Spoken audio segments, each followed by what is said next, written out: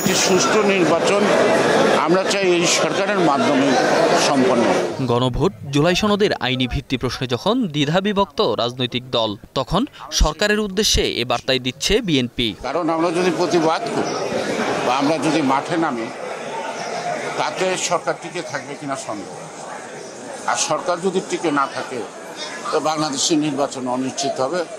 এর আগে doctors association of Bangladesh ড্যাবের নতুন কমিটির সদস্যদের নিয়ে বিএনপির প্রতিষ্ঠাতার কবরে শ্রদ্ধা জানান তিনি।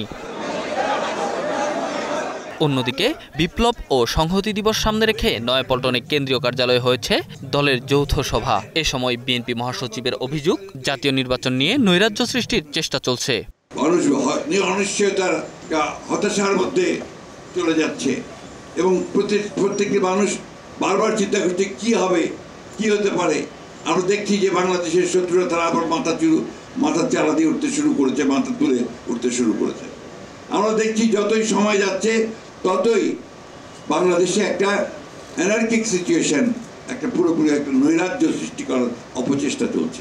পরে 7 নভেম্বর ঘিরে দলের কর্মসূচি ঘোষণা করেন তিনি। আমরা এই যৌথ মিটিংয়ে সবাই সিদ্ধান্ত নিয়েছি যে এবার 7 নভেম্বর আমরা যথাযোগ্য মর্যাদার সঙ্গে পালন করব।